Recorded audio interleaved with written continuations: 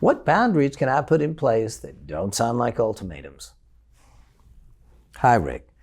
I'm the wayward spouse, and I've been trying to make communication with my husband safe for him, but it's an impossible task when he won't communicate with me.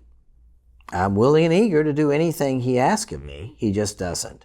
We go days, weeks, months without talking. And if I'm lucky enough to have a conversation with him, my built-up resentment to his withholding communication explodes, and my words are truth, but my feelings and tone aren't. What boundaries can I put in place that don't sound like ultimatums, i.e., if you continue to ignore me or abandon me, then XYZ. As a wayward spouse, I want to carry the weight and help him heal, but I'm tired of being treated less than human.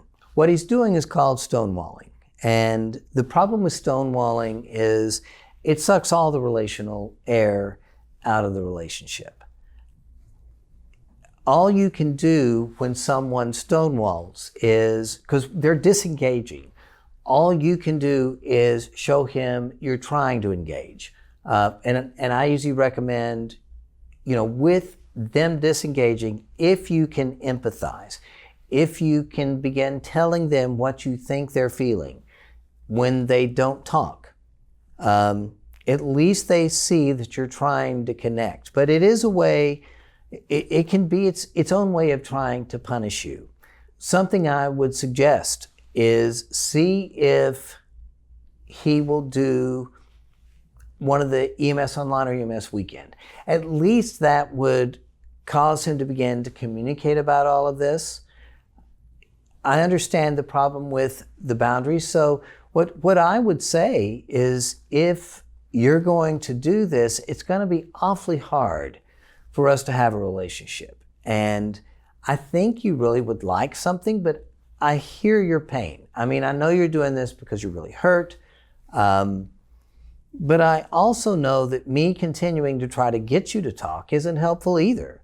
So when you're doing this, I'm going to go ahead and come over here and live well, enjoy the kids, and just know that I'm ready to talk when you're ready to talk. But it's not going to be healthy for me to continue to try to get you to talk when you don't want to talk. And then go live your best life. I think that setting that boundary and just telling him what you're going to do, you say, you have a choice not to talk to me, and my pursuing you isn't helping. If what you want is me to pursue or for us to connect, then I am really willing, welcome to all of that. I want to grow with you. But the old pattern that I've been doing of trying to pursue, that's not going to be helpful.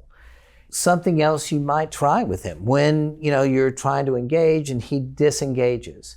You can tell him, look, there's nothing you're ever going to do to get me to quit loving you. And then the next time he does it again, you sit there and say, there's nothing you'll ever do to get me to quit loving you. And then the next time he does it, you say, there's nothing you're ever going to do to get me to quit loving you. Even if you're not going to talk to me, I still care. And then say, when you're ready to talk, I'll be over here. And then go live your life. But there will come a point at 18, 24 months, somewhere, if he's not shifting, you can sit there and say, look, I love you. I want us.